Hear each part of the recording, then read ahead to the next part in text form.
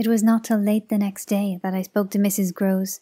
The rigour with which I kept my pupils in sight, making it often difficult to meet her privately, and the more as we each felt the importance of not provoking, on the part of the servants quite as much as on that of the children, any suspicion of a secret flurry, or that of a discussion of mysteries.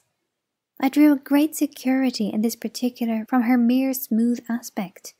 There was nothing in her fresh face to pass on to others my horrible confidences. She believed me, I was sure, absolutely. If she hadn't, I don't know what would have become of me, for I couldn't have borne the business alone. But she was a magnificent monument to the blessing of a want of imagination, and if she could see in our little charges nothing but their beauty and amiability, their happiness and cleverness, she had no direct communication with the sources of my trouble. If they had been at all visibly blighted or battered, she would doubtless have grown, on tracing it back, haggard enough to match them, as matters stood. However, I could feel her, when she surveyed them, with her large white arms folded, and the habit of serenity in all her look, thank the Lord's mercy that if they were ruined, the pieces would still serve. Flights of fancy gave place, in her mind, to a steady fireside glow, and I had already begun to perceive how, with the development of the conviction that, as time went on without a public accident, our young things could, after all, look out for themselves, she addressed her greatest solicitude to the sad case presented by their instructress. That, for myself, was a sound simplification. I could engage that, to the world, my face should tell no lies, but it would have been, in the conditions, an immense added strain to find myself anxious about hers. At the hour I now speak of, she had joined me, under pressure, on the terrace, where, with the lapse of the season, the afternoon sun was now agreeable, and we sat there together while, before us, at a distance, but within call if we wished, the children strolled to and fro, in one of their most manageable moods. They moved slowly, in unison, below us, over the lawn, the boy, as they went, reading aloud from a story-book, and passing his arm round his sister to keep her quite in touch. Mrs. Grose watched them with a positive placidity. Then I caught the suppressed intellectual creak with which she conscientiously turned to take from me a view of the back of the tapestry. I had made her a receptacle of lurid things, for there was an odd recognition of my superiority, my accomplishments, and my function, in her patience under my pain. She offered her mind to my disclosures, as, had I wished to mix a witch's broth, and proposed it with assurance, she would have held out a large clean saucepan. This had become thoroughly her attitude by the time that, in my recital of the events of the night, I reached the point of what Miles had said to me, when, after seeing him, at such a monstrous hour, almost on the very spot where he happened now to be, I had gone down to bring him in, choosing then, at the window, with a concentrated need of not alarming the house, rather that method than a signal more resonant. I had left her meanwhile in little doubt of my small hope of representing with success, even to her actual sympathy, my sense of the real splendour of the little inspiration with which, after I had got him into the house, the boy met my final articulate challenge. As soon as I appeared in the moonlight on the terrace, he had come to me as straight as possible, on which I had taken his hand without a word, and led him, through the dark spaces, up the staircase where Quint had so hungrily hovered for him, along the lobby where I had listened and trembled, and so to his forsaken room.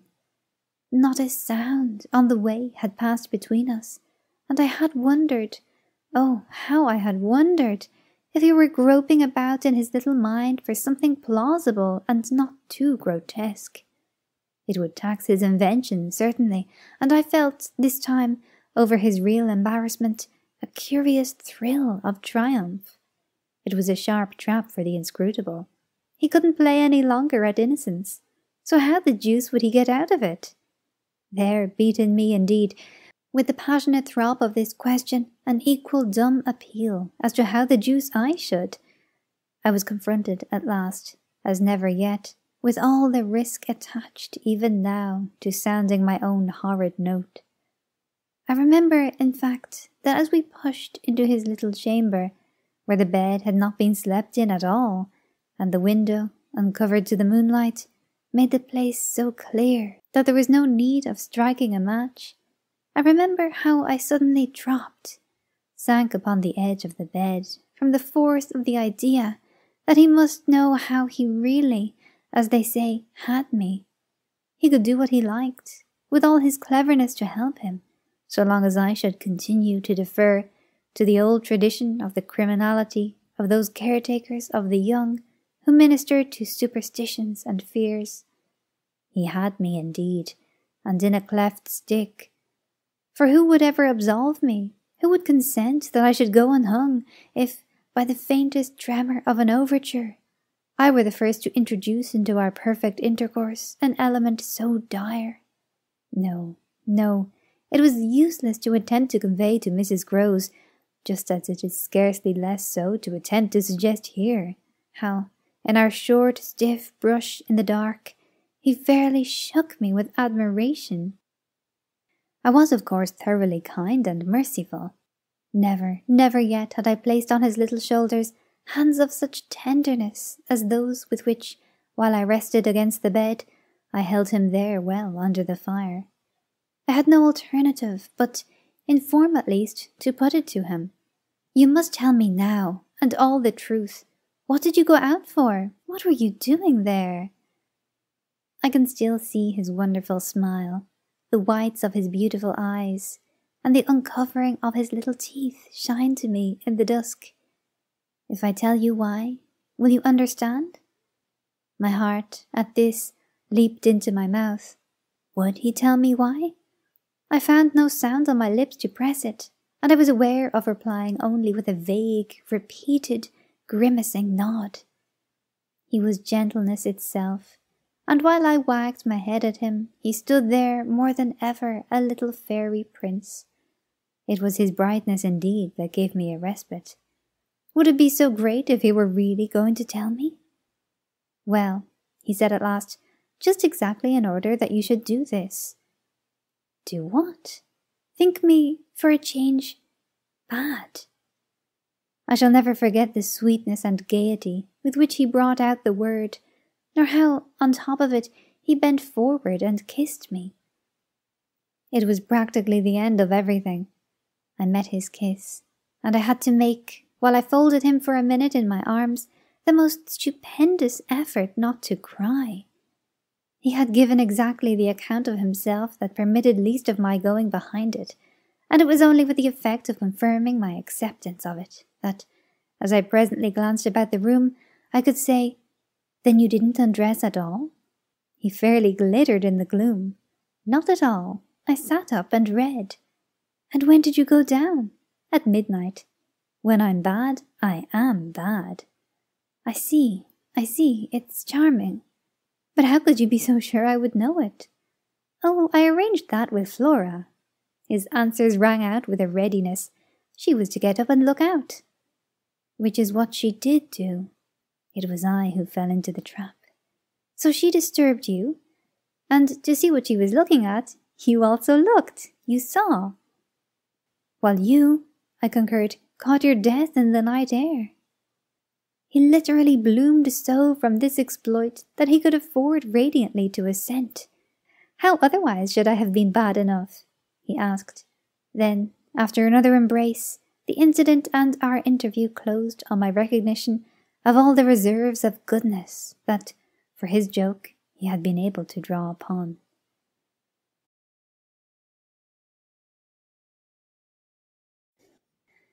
The particular impression I had received proved, in the morning light, I repeat, not quite successfully presentable to Mrs. Grose, though I reinforced it with the mention of still another remark that he had made before we separated.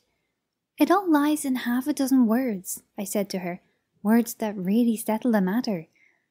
Think, you know, what I might do. He threw that off to show me how good he is. He knows down to the ground what he might do. That's what he gave them a taste of at school. "Lord, you do change," cried my friend. "I don't change. I simply make it out. The four, depend upon it, perpetually meet. If on either of these last nights you had been with either child, you would clearly have understood. The more I've watched and waited, the more I've felt that if there were nothing else to make it, sure, it would be made so by the systematic silence of each. Never, by a slip of the tongue, have they so much as alluded to either of their old friends, any more than Miles has alluded to his expulsion. Oh yes, we may sit here and look at them, and they may show off to us there to their fill, but even while they pretend to be lost in their fairy tale, they're steeped in their vision of the dead restored. He's not reading to her, I declared. They're talking of them. They're talking horrors. I go on, I know, as if I were crazy, and it's a wonder I'm not.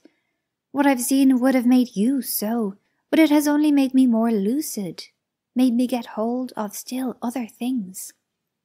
My lucidity must have seemed awful, but the charming creatures who were victims of it, passing and repassing in their interlocked sweetness, gave my colleague something to hold on by, and I felt how tight she held, as, without stirring in the breath of my passion, she covered them still with her eyes. Of what other things have you got hold? Why, of the very things that have delighted, fascinated, and yet, at bottom, as I now so strangely see, mystified and troubled me. They're more than earthly beauty. They're absolutely unnatural goodness. It's a game, I went on. It's a policy and a fraud. On the part of the little darlings? As yet mere lovely babies? Yes, as mad as that seems. The very act of bringing it out really helped me to trace it, follow it all up and piece it all together. They haven't been good. They've only been absent. It has been easy to live with them because they're simply leading a life of their own. They're not mine. They're not ours. They're his and they're hers. Quince and that woman's? Quince and that woman's. They want to get to them. Oh, how at this poor Mrs. Grose appeared to study them. But for what? For the love of all the evil that, in those dreadful days, the pair put into them. And to ply them with that evil still, to keep up the work of demons, is what brings the others back. Laws, said my friend under her breath. The exclamation was homely, but it revealed a real acceptance of my further proof of what, in the bad time, for there had been a worse even than this, must have occurred. There could have been no such justification for me as the plain assent of her experience to whatever depth of depravity I found credible in our brace of scoundrels. It was in obvious submission of memory that she brought out after a moment, "They were rascals. But what can they do now?" she pursued. "Do?" I echoed so loud that Miles and Flora, as they passed at their distance, paused an instant in their walk and looked at us. "Don't they do enough?"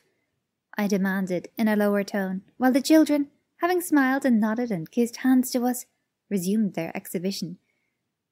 We were held by it a minute. Then I answered, "They can destroy them."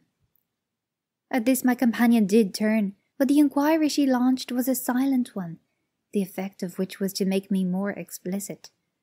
They don't know, as yet, quite how, but they're trying hard.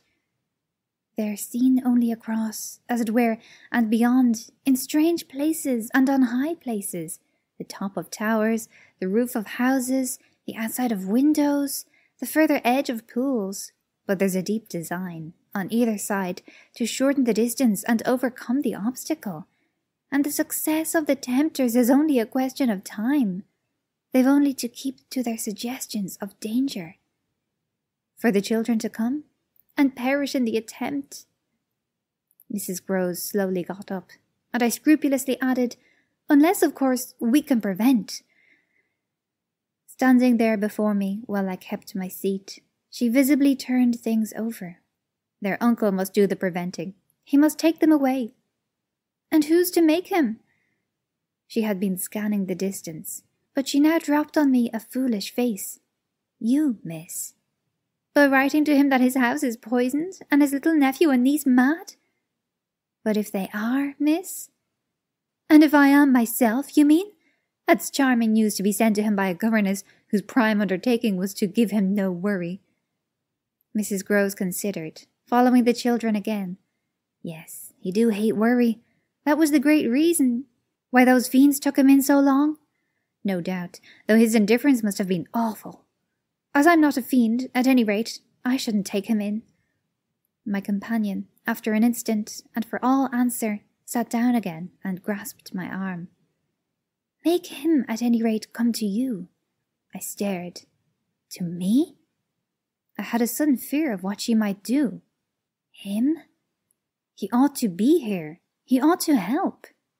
I quickly rose, and I think I must have shown her a queerer face than ever yet. You see me asking him for a visit? No. With her eyes on my face, she evidently couldn't.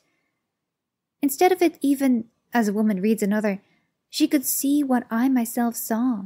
His derision, his amusement, his contempt for the breakdown of my resignation at being left alone, and for the fine machinery I had set in motion to attract his attention to my slighted charms.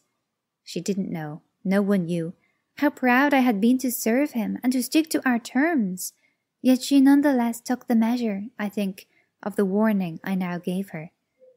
If you should so lose your head as to appeal to him for me— She was really frightened. Yes, miss? I would leave on the spot, both him and you.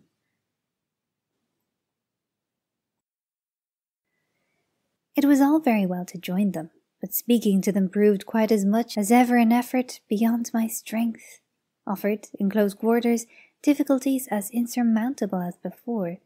The situation continued a month, and with new aggravations and particular notes, the note above all, sharper and sharper, of the small ironic consciousness on the part of my pupils. It was not, as I was sure then, my mere infernal imagination. It was absolutely traceable that they were aware of my predicament, and that this strange relation made, in a manner, for a long time, the air in which we moved. I don't mean that they had their tongues in their cheeks or did anything vulgar, for that was not one of their dangers. I do mean, on the other hand, that the element of the unnamed and untouched became between us greater than any other, and that so much avoidance could not have been so successfully effected without a great deal of tacit arrangement. It was as if, at moments, we were perpetually coming into sight of subjects before which we must stop short, turning suddenly out of alleys that we perceived to be blind, closing with a little bang that made us look at each other, for, like all bangs, it was something louder than we had intended. The doors we had indiscreetly opened. All roads lead to Rome, and there were times when it might have struck us that almost every branch of study or subject of conversation skirted forbidden ground. Forbidden ground was the question of the return of the dead in general, and of whatever, in especial, might survive in memory of the friends little children had lost. There were days when I could have sworn that one of them had, with a small invisible nudge, said to the other, "She thinks she'll do it this time, but she won't." To do it would have been to indulge, for instance, and for once in a way, in some direct reference to the lady who had prepared them for my discipline. They had a delightful, endless appetite for passages in my own history, to which I had again and again treated them. They were in possession of everything that had ever happened to me, had, with every circumstance, the story of my smallest adventures, and of those of my brothers and sisters, and of the cat and the dog at home, as well as many particulars of the eccentric nature of my father, of the furniture and arrangement of our house, and of the conversation of the old women of our village.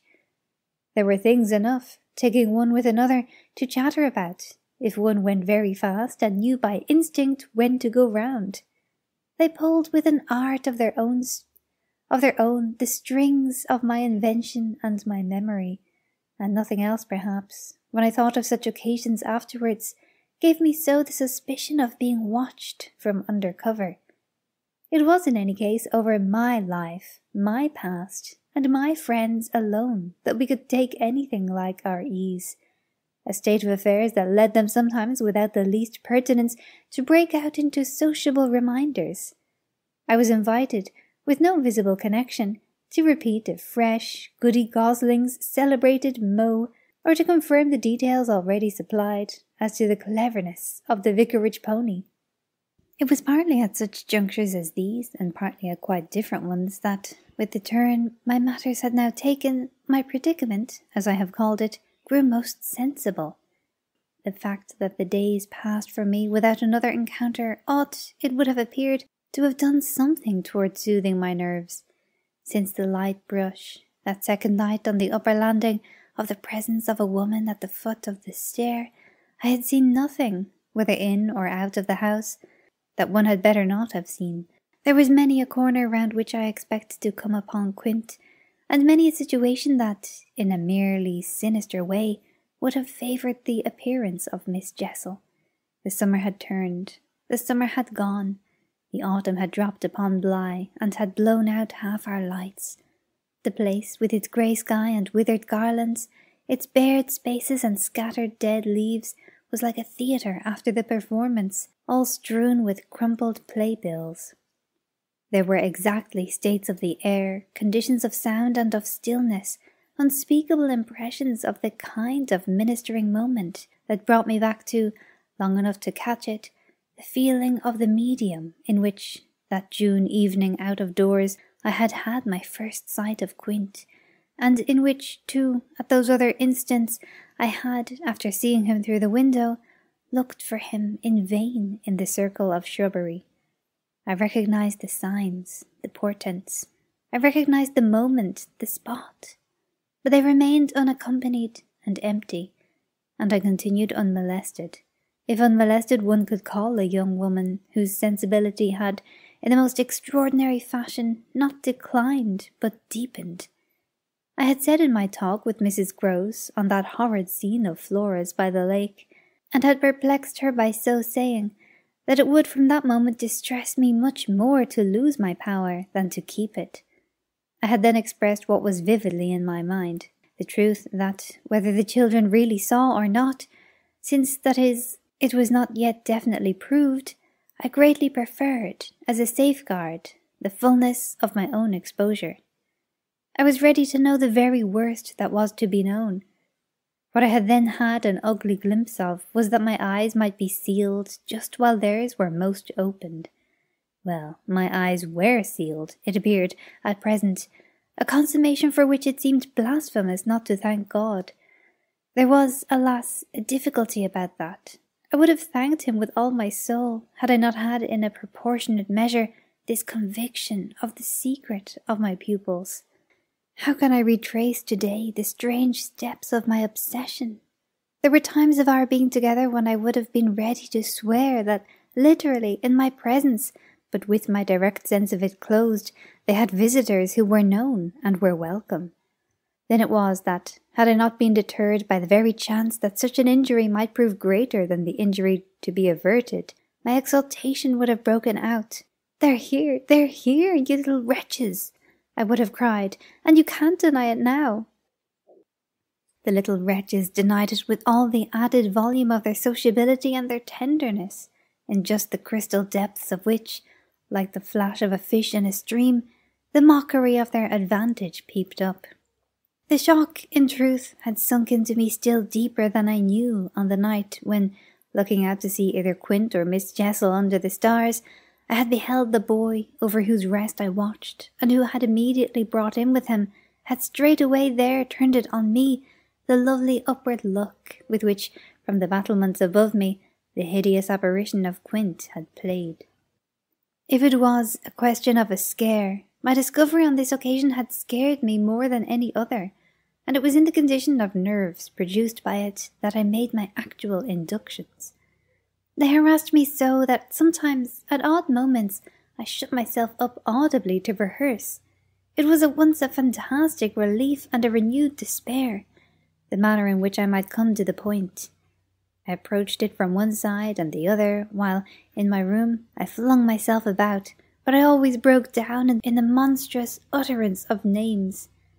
As they died away on my lips, I said to myself that I should indeed help them to represent something infamous, if, by pronouncing them, I should violate as rare a little case of instinctive delicacy as any schoolroom probably had ever known. When I said to myself, "They have the manners to be silent, and you, trusted as you are, the baseness to speak," I felt myself crimson, and I covered my face with my hands. After these secret scenes I chattered more than ever, going on volubly enough till one of our prodigious, palpable hushes occurred. I can call them nothing else. The strange, dizzy lift or swim, I try for terms, into a stillness, a pause of all life, that had nothing to do with the more or less noise that at the moment we might be engaged in making, and that I could hear through any deepened exhilaration or quickened recitation or louder strum of the piano. Then it was that the others, the outsiders, were there. Though they were not angels, they passed, as the French say, causing me, while they stayed, to tremble with the fear of addressing to their younger victims some yet more infernal message or more vivid image than they had thought good enough for myself. What it was most impossible to get rid of was the cruel idea that, whatever I had seen, Miles and Flora saw more, things terrible and unguessable, and that sprang from dreadful passages of intercourse in the past. Such things naturally left on the surface, for the time, a chill which we vociferously denied that we felt, and we had, all three, with repetition, got into such splendid training that we went, each time, almost automatically, to mark the close of the incident, through the very same movements. It was striking of the children, at all events, to kiss me inveterately with a kind of wild irrelevance, and never to fail, one or the other, of the precious question that had helped us through many a peril. "When do you think he will come? Don't you think we ought to write?"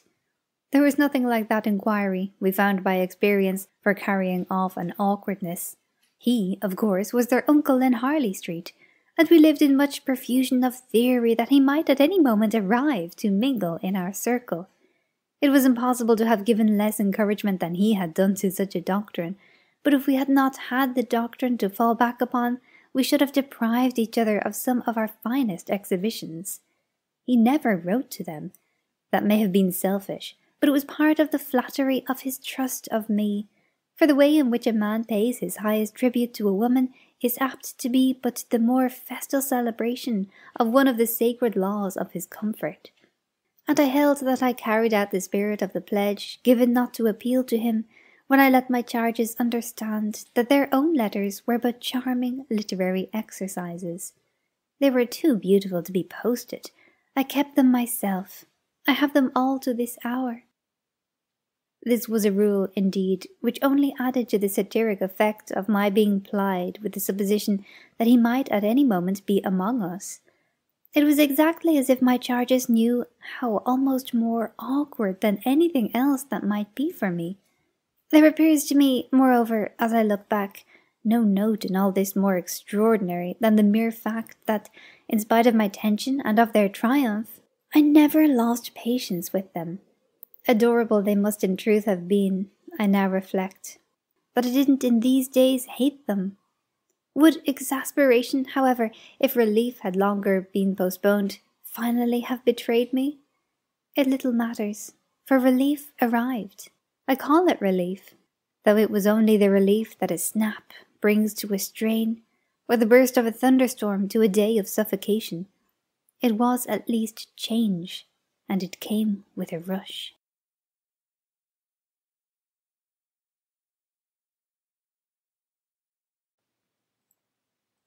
Walking to church a certain Sunday morning, I had little Miles at my side, and his sister, in advance of us, and at Mrs. Grose's, well in sight.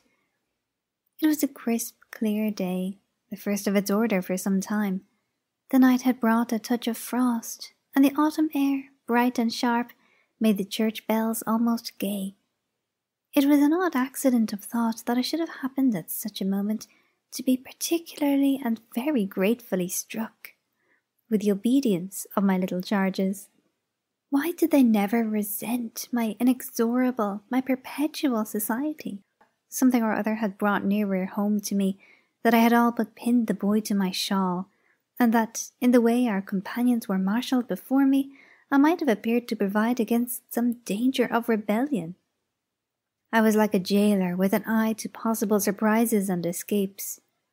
But all this belonged, their magnificent little surrender, just to the special array of the facts that were most abysmal.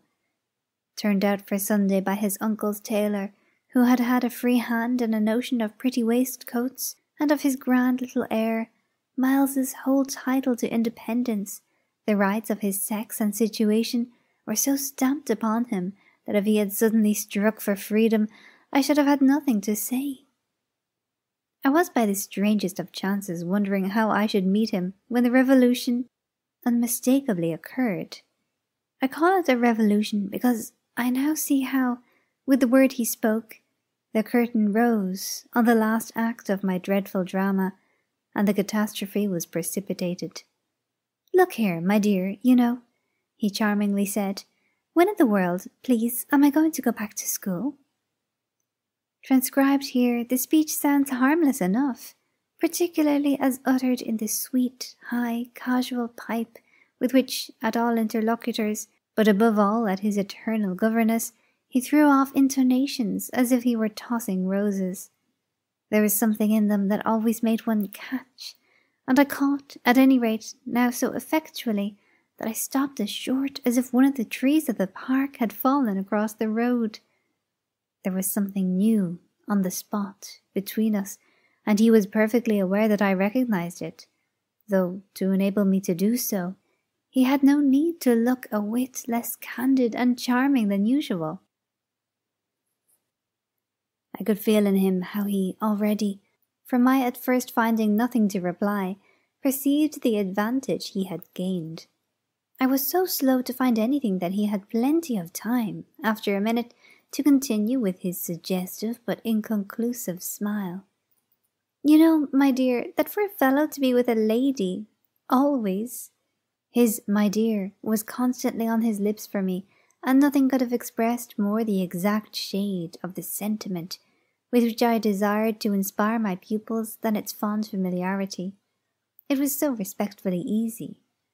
But, oh, how I felt at that present I must pick my own phrases.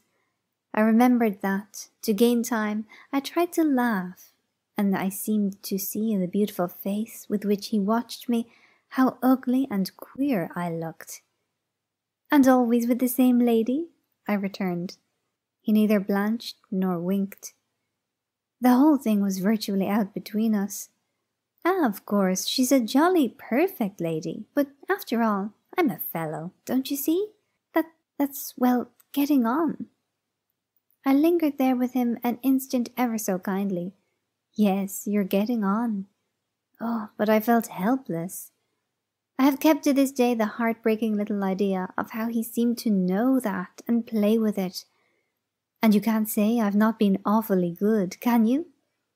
I laid my hand on his shoulder, for, though I felt how much better it would have been to walk on, I was not yet quite able. No, I can't say that, Miles.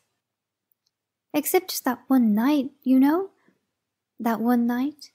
I couldn't look as straight as he. Why, when I went out of the house. Oh, yes, but I forget what you did it for. You forget? He spoke with the sweet extravagance of childish reproach. Why, it was to show you I could. Oh, yes, you could. And I can again. I felt that I might, perhaps, after all, succeed in keeping my wits about me. Certainly, but you won't. No, not that again. It was nothing. It was nothing, I said, but we must go on. He resumed our walk with me, passing his hand into my arm. Then when am I going back? I wore, in turning it over, my most responsible air. Were you very happy at school? He just considered. Oh, I'm happy enough anywhere. Well then, I quavered, if you're just as happy here. But that isn't everything. Of course you know a lot. But you hint that you know almost as much? I risked as he paused. Not half I want to, Miles honestly professed, but it isn't so much that. What is it then? Well, I want to see more life. I see. We had arrived within sight of the church and of various persons, including several of the household of Bly, on their way to it, and clustered about the door to see us go in. I quickened our step. I wanted to get there before the question between us opened up much further. I reflected hungrily that for more than an hour he would have to be silent, and I thought with envy of the comparative dusk of the pew and of the almost spiritual help of the hassock on which I might bend my knees. I seemed literally to be running a race with some confusion to which he was about to reduce me, but I felt that he had got in first when, before we had even entered the churchyard, he threw out, "I want my own sword." It literally made me bound forward. "There are not many of your own sort, Miles," I laughed, "unless perhaps dear little Flora. You really compare me to a baby girl?" This found me singularly weak. "Don't you, then, love our sweet little Flora? Don't you, then, love our sweet Flora?" "If I didn't, and you too, if I didn't," he repeated, as if retreating for a jump, yet leaving his thoughts so unfinished that, after we had come into the gate, another stop, which he imposed on me by the pressure of his arm, had become inevitable. Mrs. Grose and Flora had passed into the church, the other worshippers had followed, and we were, for the minute, alone among the old thick graves. We had paused on the path from the gate by a low oblong table-like tomb. "Yes, if you didn't?" He looked, while I waited, at the graves. "Well, you know what." But he didn't move, and he presently produced something that made me drop straight down on the stone slab, as if suddenly to rest. "Does my uncle think what you think?" I markedly rested. "How do you know what I think?" "Ah, well, of course I don't, for it strikes me you never tell me. But I mean, does he know?" "Know what, Miles?" "Why, the way I'm going on." I perceived quickly enough that I could make, to this inquiry, no answer that would not involve something of a sacrifice of my employer. Yet it appeared to me that we were all, at Bly, sufficiently sacrificed to make that venial. "I don't think your uncle much cares." Miles, on this, stood looking at me. "Then you don't think he can be made to?" "In what way?" "Why, by his coming down." "But who'll get him to come down?" "I will," the boy said with extraordinary brightness and emphasis. He gave me another look, charged with that expression, and then marched off alone into church. The business was practically settled from the moment I never followed him. It was a pitiful surrender to agitation, but my being aware of this had somehow no power to restore me. I only sat there on my tomb, and read into what my little friend had said to me the fullness of its meaning. By the time I had grasped the whole, of which I had also embraced, for absence, the pretext that I was ashamed to offer my pupils and the rest of the congregation such an example of delay. What I said to myself, above all, was that Miles had got something out of me, and that the proof of it, for him, would be just this awkward collapse. He had got out of me that there was something I was much afraid of, and that he should probably be able to make use of my fear to gain, for his own purpose, more freedom. My fear was of having to deal with the intolerable question of the grounds of his dismissal from school, for that was really but the question of the horrors gathered behind. That his uncle should arrive to treat with me of some of these things was a solution that, strictly speaking, I ought now to have desired to bring on, but I could so little face the ugliness and the pain of it that I simply procrastinated and lived from hand to mouth. The boy, to my deep discomposure, was immensely in the right, was in a position to say to me, "Either you clear up with my guardian the mystery of this interruption of my studies, or you cease to expect me to lead with you a life that's so unnatural for a boy." What was so unnatural for the particular boy I was concerned with was this sudden revelation of a consciousness and a plan. That was what really overcame me, what prevented my going in. I walked round the church, hesitating, hovering. I reflected that I had already, with him, hurt myself beyond repair. Therefore I could patch up nothing, and it was too extreme an effort to squeeze beside him into the pew. He would be so much more sure than ever to pass his arm into mine and make me sit there for an hour in close, silent contact with his commentary on our talk. For the first minute since his arrival, I wanted to get away from him. As I paused beneath the high east window and listened to the sounds of worship, I was taken with an impulse that might master me. I felt completely, should I give it the least encouragement, I might easily put an end to my predicament by getting away altogether. Here was my chance. There was no one to stop me. I could give the whole thing up, turn my back and retreat. It was only a question of hurrying again for a few preparations to the house which the attendants at church, as so many of the servants, would practically have left unoccupied. No one, in short, could blame me if I should just drive desperately off. What was it to get away if I had got away only till dinner? That would be in a couple of hours, at the end of which, I had the acute prevision, my little pupils would play at innocent wonder about my non-appearance in their train. What did you do, you naughty bad thing? Why, in the world, to worry us so, and take our thoughts off to, don't you know, did you desert us at the very door? I couldn't meet such questions, nor, as they asked him, their false little lovely eyes. Yet it was also exactly what I should have to meet, that, as the prospect grew sharp to me, I at last let myself go. I got, so far as the immediate moment was concerned, away.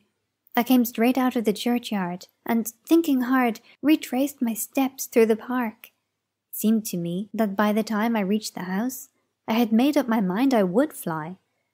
The Sunday stillness, both of the approaches and of the interior, in which I met no one, fairly excited me with a sense of opportunity. Were I to get off quickly, this way, I should get off without a scene, without a word. My quickness would have to be remarkable, however, and the question of a conveyance was the great one to settle.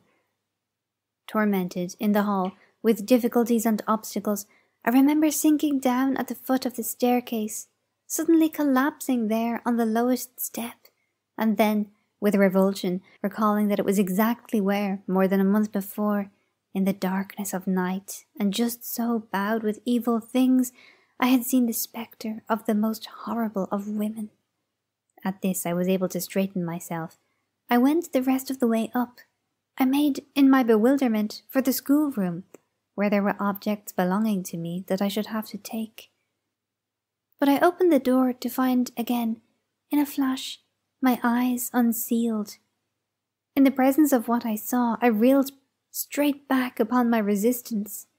Seated at my own table, in clear noonday light, I saw a person whom, without my previous experience, I should have taken at the first blush for some housemaid who might have stayed at home to look after the place, and who, availing herself of rare relief from observation and of the schoolroom table and my pens, ink, and paper, had applied herself to the considerable effort of a letter to her sweetheart. There was an effort in the way that, while her arms rested on the table, her hands with evident weariness supported her head, but at the moment I took this in, I had already become aware that, in spite of my entrance, her attitude strangely persisted. Then it was, with the very act of announcing itself, that her identity flared up in a change of posture.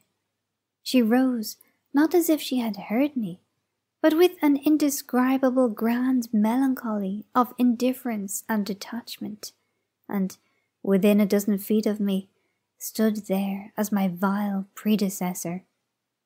Dishonoured and tragic, she was all before me, but even as I fixed and, for memory, secured it, the awful image passed away. Dark as midnight in her black dress, her haggard beauty, and her unutterable woe, she had looked at me long enough to appear to say that her right to sit at my table was as good as mine to sit at hers. While these instants lasted, indeed, I had the extraordinary chill of feeling that it was I who was the intruder. It was as a wild protest against it, that, actually addressing her, "You terrible, miserable woman," I heard myself break into a sound that, by the open door, rang through the long passage and the empty house. She looked at me as if she heard me, but I had recovered myself and cleared the air. There was nothing in the room the next minute but sunshine and a sense that I must stay. I had so perfectly expected that the return of my pupils would be marked by a demonstration that I was freshly upset at having to take into account that they were dumb about my absence. Instead of gaily denouncing and caressing me, they made no allusion to my having failed them, and I was left, for the time, on perceiving that she too said nothing, to study Mrs. Grose's odd face. I did this to such purpose that I made sure they had in some way bribed her to silence, a silence that, however, I would engage to break down on the first private opportunity. This opportunity came before tea. I secured 5 minutes with her in the housekeeper's room, where, in the twilight, amid a smell of lately baked bread, but with the place all swept and garnished, I found her sitting in pained placidity before the fire. So I see her still, so I see her best, facing the flame from her straight chair in the dusky, shining room, a large clean image of the put away of drawers closed and locked and rest without a remedy. Oh yes, they asked me to say nothing, and to please them, so long as they were there. Of course I promised. But what had happened to you? I only went with you for a walk, I said. I had then to come back to meet a friend. She showed her surprise. A friend? You? Oh yes, I have a couple, I laughed. But did the children give you a reason? For not alluding to your leaving us? Yes, they said you would like it better. Do you like it better? My face had made her rueful. No, I like it worse. But after an instant I added, did they say why I should like it better? No, Master Miles only said, we must do nothing but what she likes. I wish indeed he would. And what did Flora say? Miss Flora was too sweet. She said, oh, of course, and I said the same. I thought a moment. You were sweet too. I can hear you all. But nonetheless, between Miles and me, it's all out now. All out? My companion stared. But what, miss? Everything. It doesn't matter. I've made up my mind. I came home, my dear, I went on, for a talk with Miss Jessel. I had by this time formed the habit of having Mrs. Grose literally well in hand, in advance of my sounding that note, so that even now, as she bravely blinked under the signal of my word, I could keep her comparatively firm. A talk? Do you mean she spoke? It came to that. I found her, on my return, in the schoolroom. And what did she say? I can hear the good woman still, and the candour of her stupefaction. That she suffers the torments. It was this, of a truth, that made her, as she filled out my picture, gape. Do you mean, she faltered, of the lost? Of the lost, of the damned. And that's why, to share them. I faltered myself with the horror of it, but my companion, with less imagination, kept me up. To share them? She wants Flora. Mrs. Grose might, as I gave it to her, fairly have fallen away from me had I not been prepared. I still held her there, to show I was. As I've told you, however, it doesn't matter. Because you've made up your mind? But to what? To everything. And what do you call everything? Why, sending for their uncle. Oh, miss, in pity do, my friend broke out. Ah, but I will. I see it's the only way. What's out, as I told you, with Miles, is that if he thinks I'm afraid to, and has ideas of what he gains by that, he shall see he's mistaken. Yes, his uncle shall have it here from me on the spot, and before the boy himself, if necessary. That if I'm to be reproached with having done nothing again about more school—" "Yes, miss," my companion pressed me. "Well, there's that awful reason." There were now clearly so many of these from my poor colleague that she was excusable for being vague. "But, which?" "Why, the letter from his old place." "You'll show it to the master?" "I ought to have done so on the instant." "Oh, no," said Mrs. Grose, with decision. "I'll put it before him," I went on inexorably, "that I can't undertake to work the question on behalf of a child who has been expelled. For we've never in the least known what," Mrs. Grose declared. "For wickedness. For what else? When he's so clever and beautiful and perfect? Is he stupid? Is he untidy? Is he infirm? Is he ill-natured? He's exquisite. So it can be only that. And that would open up the whole thing. After all," I said, "it's their uncle's fault. If he left here such people—" "He didn't really in the least know them. The fault's mine." She had turned quite pale. "Well, you shan't suffer," I answered. "The children shan't," she emphatically returned. I was silent a while. We looked at each other. "Then what am I to tell him?" "You needn't tell him anything. I'll tell him." I measured this. "Do you mean you'll write?" Remembering she couldn't, I got myself up. "How do you communicate?" "I tell the bailiff. He writes." "And should you like him to write our story?" My question had a sarcastic force that I had not fully intended, and it made her, after a moment, inconsequently break down. The tears were again in her eyes. "Ah, miss, you write." "Well, tonight," I at last answered, and on this we separated. I went so far in the evening as to make a beginning. The weather had changed. A great wind was abroad, and beneath the lamp in my room, with Flora at peace beside me, I sat for a long time before a blank sheet of paper and listened to the lash of the rain and the batter of the gusts. Finally I went out, taking a candle. I crossed the passage and listened a minute at Miles's door. What, under my endless obsession, I had been impelled to listen for was some betrayal of his not being at rest, and I presently caught one, but not in the form I had expected. His voice tinkled out, "I say, you there, come in." It was a gaiety in the gloom.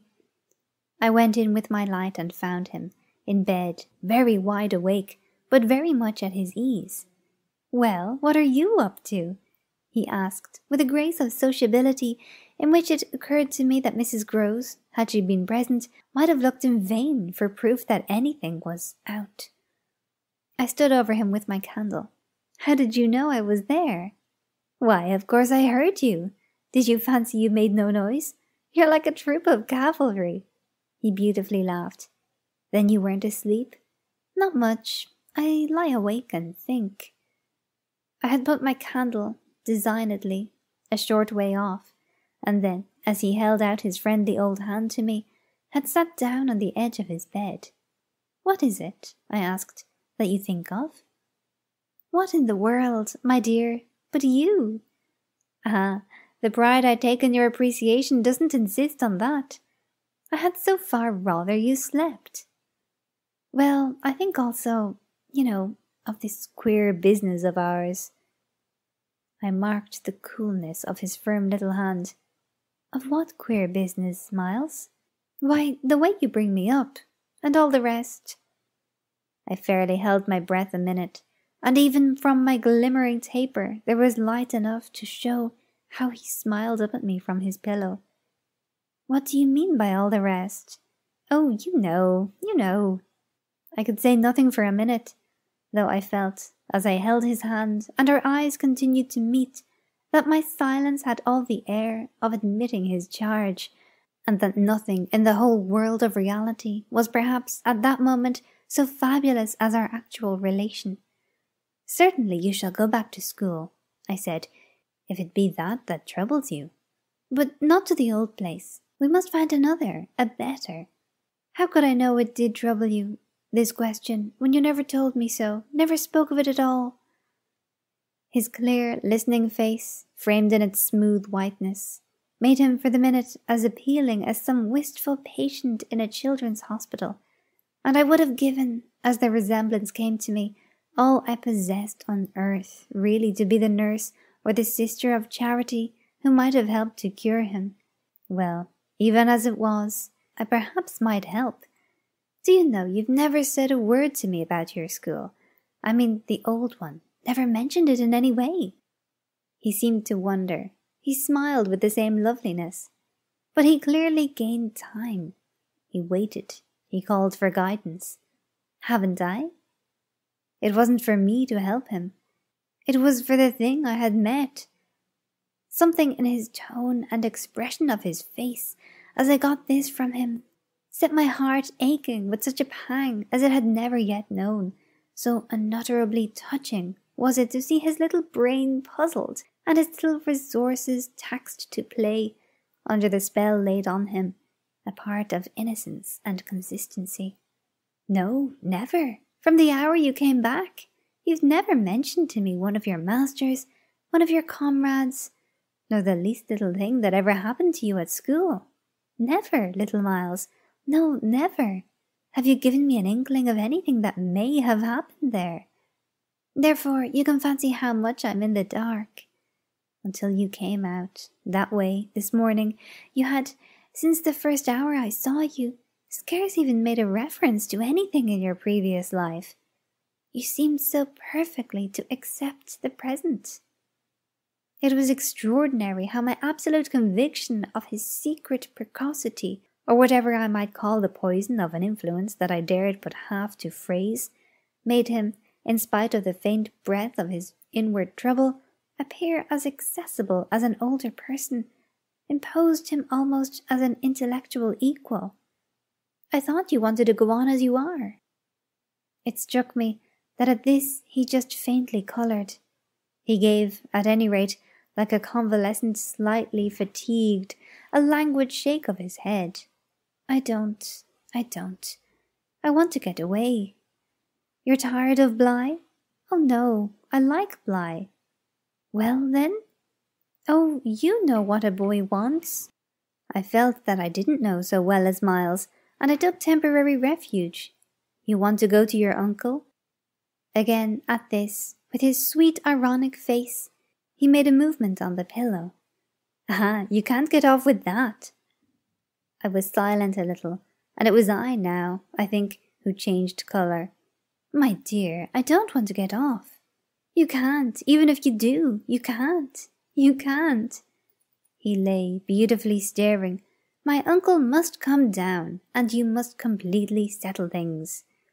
"If we do," I returned with some spirit, "you may be sure it will be to take you quite away." "Well, don't you understand that that's exactly what I'm working for? You'll have to tell him. About the way you've let it all drop, you'll have to tell him a tremendous lot." The exultation with which he uttered this helped me somehow, for the instant, to meet him rather more. "And how much will you, Miles, have to tell him? There are things he'll ask you." He turned it over. "Very likely. But what things?" "The things you've never told me. To make up his mind what to do with you. He can't send you back." "Oh, I don't want to go back," he broke in. "I want a new field." He said it with admirable serenity, with positive unimpeachable gaiety, and doubtless it was that very note that most evoked for me the poignancy, the unnatural childish tragedy of his probable reappearance at the end of 3 months with all this bravado and still more dishonour. It overwhelmed me now that I should never be able to bear that, and it made me let myself go. I threw myself upon him, and in the tenderness of my pity, I embraced him. "Dear little Miles, dear little Miles!" My face was close to his, and he let me kiss him, simply taking it with indulgent good humour. "Well, old lady? Is there nothing at all that you want to tell me?" He turned off a little, facing round toward the wall, and holding up his hand to look at, as one had seen sick children look. I told you this morning." Oh, I was sorry for him. That you just want me not to worry you? He looked round at me now, as if in recognition of my understanding him. Then, ever so gently, to let me alone, he replied. There was even a singular little dignity in it, something that made me release him, yet, when I had slowly risen, linger beside him. God knows I never wished to harass him, but I felt that merely at this to turn my back on him was to abandon, or, to put it more truly, to lose him. I've just begun a letter to your uncle, I said. Well then, finish it. I waited a minute. What happened before? He gazed up at me again. Before what? Before you came back, and before you went away. For some time he was silent, but he continued to meet my eyes. What happened? It made me, the sound of the words, in which it seemed to me that I caught for the very first time a small, faint quaver of consenting consciousness. It made me drop on my knees beside the bed and seize once more the chance of possessing him. Dear little Miles, if you knew how I want to help you. It's only that, it's nothing but that, and I'd rather die than give you a pain or do you a wrong. I'd rather die than hurt a hair of you. Dear little Miles. Oh, I brought it out now, even if I should go too far. I just want you to help me to save you. But I knew in a moment after this that I had gone too far. The answer to my appeal was instantaneous, but it came in the form of an extraordinary blast and chill, a gust of frozen air, and a shake of the room as great as if, in the wild wind, the casement had crashed in. The boy gave a loud, high shriek, which, lost in the rest of the shock of sound, might have seemed, indistinctly, though I was so close to him, a note either of jubilation or of terror. I jumped to my feet again, and was conscious of darkness. So for a moment we remained, while I stared about me, and saw that the drawn curtains were unstirred, and the window tight. Why, the candle's out! I then cried. It was I who blew it, dear, said Miles.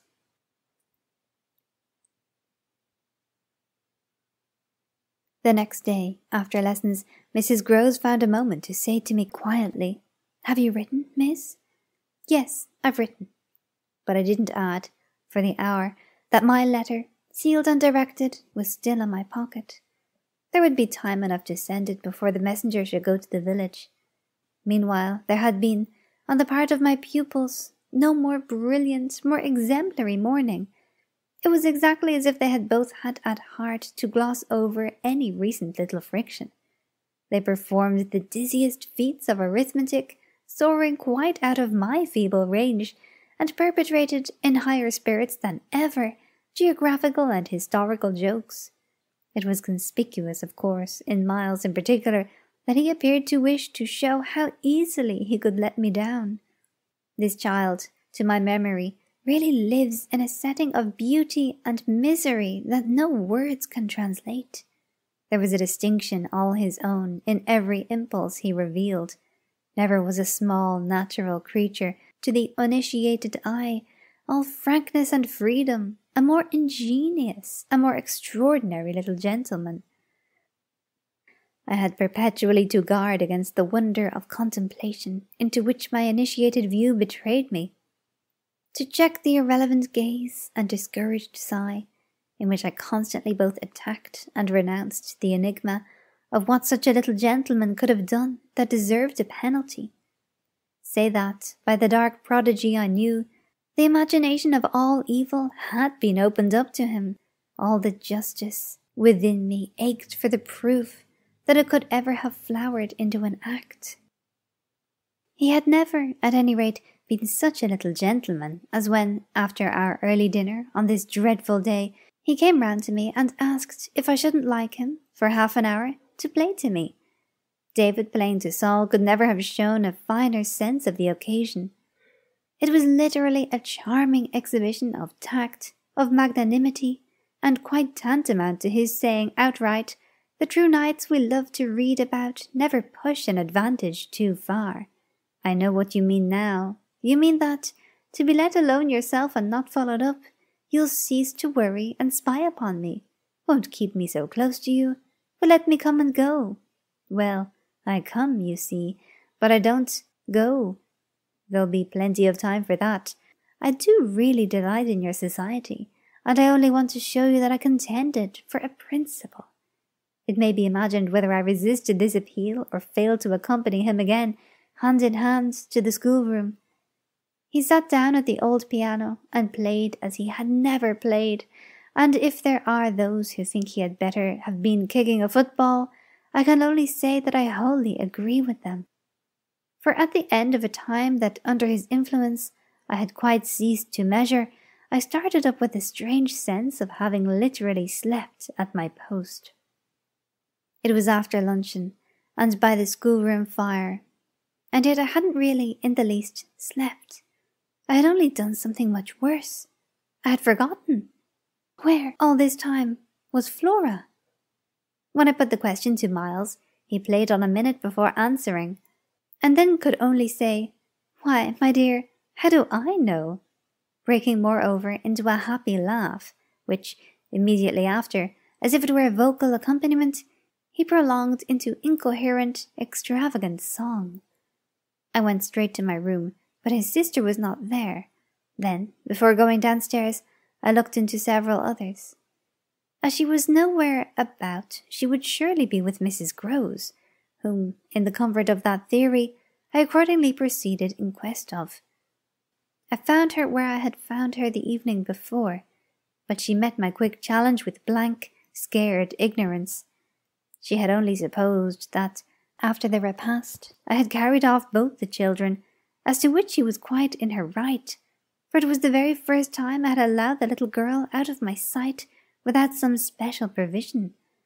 Of course, now indeed she might be with the maids, so that the immediate thing was to look for her without an air of alarm. This we promptly arranged between us, but when, 10 minutes later, and in pursuance of our arrangement, we met in the hall, it was only to report on either side that after guarded inquiries we had altogether failed to trace her. For a minute there, apart from observation, we exchanged mute alarms, and I could feel with what high interest my friend returned me all those I had from the first given her. "She'll be above," she presently said, "in one of the rooms you hadn't searched." "No, she's at a distance." I had made up my mind. "She has gone out." Mrs. Grose stared. "Without a hat?" I naturally also looked volumes. "Isn't that woman always without one?" "She's with her?" "She's with her," I declared. "We must find them." My hand was on my friend's arm, but she failed for the moment, confronted with such an account of the matter, to respond to my pressure. She communed, on the contrary, on the spot, with her uneasiness. "And where's Master Miles?" "Oh, he's with Quint. They're in the schoolroom." "Lord, miss!" My view, I was aware, and therefore I suppose my tone, had never yet reached so calm an assurance. "The trick's played," I went on. "They've successfully worked their plan. He found the most divine little way to keep me quiet while she went off." "Divine?" Mrs. Grose bewilderedly echoed. "Infernal, then," I almost cheerfully rejoined. "He has provided for himself as well. But come." She had helplessly gloomed at the upper regions. "You'll leave him? So long with Quint? Yes, I don't mind that now." She always ended, at these moments, by getting possession of my hand, and in this manner she could at present still stay me. But after gasping an instant at my sudden resignation, "Because of your letter?" she eagerly brought out. I quickly, by way of answer, felt for my letter, drew it forth, held it up, and then, freeing myself, went and laid it on the great hall table. "Luke will take it," I said as I came back. I reached the house door and opened it. I was already on the steps. My companion still demurred. The storm of the night and the early morning had dropped, but the afternoon was damp and grey. I came down to the drive while she stood in the doorway. "You go with nothing on?" "What do I care when the child has nothing? I can't wait to dress," I cried, "and if you must do so, I'll leave you. Try, meanwhile, yourself upstairs." With them? Oh, on this, the poor woman promptly joined me. We went straight to the lake, as it was called at Bly, and I dare say rightly called, though I reflect that it may in fact have been a sheet of water less remarkable than it appeared to my untravelled eyes. My acquaintance with sheets of water was small, and the pool of Bly, at all events on the few occasions of my consenting, under the protection of my pupils, to affront its surface in the old flat-bottomed boat moored there for our use, had impressed me both with its extent and its agitation. The usual place of embarkation was half a mile from the house, but I had an intimate conviction that, wherever Flora might be, she was not near home. She had not given me the slip for any small adventure, and since the day of the very great one that I had shared with her by the pond, I had been aware, in our walks, of the quarter to which she most inclined. This was why I had now given to Mrs. Grose's steps so marked a direction that made her, when she perceived it, oppose a resistance that showed me she was freshly mystified. "You're going to the water, miss? You think she's in?" "She may be, though the depth is, I believe, nowhere very great. But what I judge most likely is that she's on the spot from which the other day we saw together what I told you. When she pretended not to see, with that astounding self-possession, I've always been sure she wanted to go back alone, and now her brother has managed it for her." Mrs. Grose still stood where she had stopped. "You suppose they really talk of them? I could meet this with a confidence. They say things that, if we heard them, would simply appall us." "And if she is there?" "Yes." "Then Miss Jessel is?" "Beyond a doubt. You shall see." "Oh, thank you," my friend cried, planted so firm that, taking it in, I went straight on without her. By the time I reached the pool, however, she was close behind me, and I knew that, whatever, to her apprehension, might befall me, the exposure of my society struck her as the least danger. She exhaled a moan of relief as we at last came in sight of the greater part of the water without a sight of the child. There was no trace of Flora on that nearer side of the bank where my observation of her had been most startling, and none on the opposite edge, where, save for a margin of some 20 yards, a thick copse came down to the water. The pond, oblong in shape, had a width so scant compared to its length that, with its ends out of view, it might have been taken for a scant river. We looked at the empty expanse, and then I felt the suggestion of my friend's eyes. I knew what she meant, and I replied with a negative headshake. "No, no, wait! She has taken the boat!" My companion stared at the vacant mooring place, and then again across the lake. "Then where is it?" "Our not seeing it is the strongest of proofs. She has used it to go over, and then has managed to hide it." "All alone, that child?" "She's not alone, and at such times she's not a child. She's an old, old woman." I scanned all the visible shore, while Mrs. Grose took again, into the queer element I offered her, one of her plunges of submission. Then I pointed out that the boat might perfectly be in a small refuge formed by one of the recesses of the pool, an indentation masked, for the hither side, by a projection of the bank and a clump of trees growing close to the water. "But if the boat's there, where on earth's she?" my colleague anxiously asked. "That's exactly what we must learn," and I started to walk further. "By going all the way round?" "Certainly, far as it is. It will take us but 10 minutes, but it's far enough to have made the child prefer not to walk." "She went straight over." "Laws!" cried my friend again. "The chain of my logic was ever too much for her. It dragged her at my heels even now." And when we had got halfway round, a devious, tiresome process, on ground much broken and by a path choked with overgrowth, I paused to give her breath. I sustained her with a grateful arm, assuring her that she might hugely help me, and this started us afresh, so that in the course of but a few minutes more, we reached a point from which we found the boat to be where I had supposed it. It had been intentionally left as much as possible out of sight, and was tied to one of the stakes of a fence that came just there down to the brink and that had been an assistance to disembarking. I recognized, as I looked at the pair of short, thick oars, quite safely drawn up, the prodigious character of the feat for a little girl, but I had lived, by this time, too long among wonders, and had panted to too many livelier measures. There was a gate in the fence, through which we passed, and that brought us, after a trifling interval, more into the open.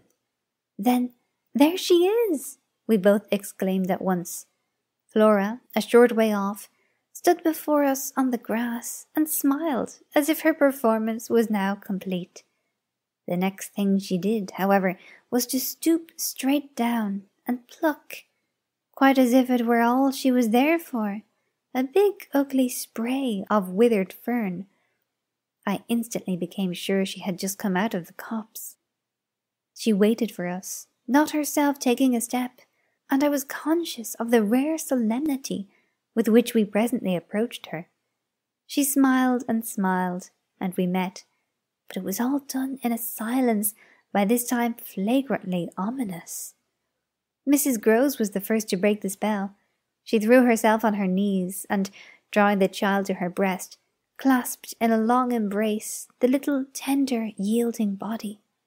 While this dumb convulsion lasted, I could only watch it, which I did the more intently when I saw Flora's face peep at me over our companion's shoulder. It was serious now. The flicker had left it, but it strengthened the pang with which I at that moment envied Mrs. Grose the simplicity of her relation. Still, all the while, nothing more passed between us, save that Flora had let her foolish fern again drop to the ground. What she and I had virtually said to each other was that pretexts were useless now. When Mrs. Grose finally got up, she kept the child's hand, so that the two were still before me, and the singular reticence of our communion was even more marked in the frank look she launched me. "I'll be hanged," it said, "if I'll speak." It was Flora who, gazing all over me in candid wonder, was the first. She was struck with our bareheaded aspect. "Why, where are your things?" "Where yours are, my dear," I promptly returned. She had already got back her gaiety, and appeared to take this as an answer quite sufficient. "And where's Miles?" she went on. There was something in the small valour of it that quite finished me. These 3 words from her were, in a flash like the glitter of a drawn blade, the jostle of the cup that my hand for weeks and weeks had held high and full to the brim, that now, even before speaking, I felt overflow in a deluge. "I'll tell you if you tell me," I heard myself say, then heard the tremor in which it broke. "Well, what?" Mrs. Grose's suspense blazed at me, but it was too late now, and I brought the thing out handsomely. "Where, my pet, is Miss Jessel?"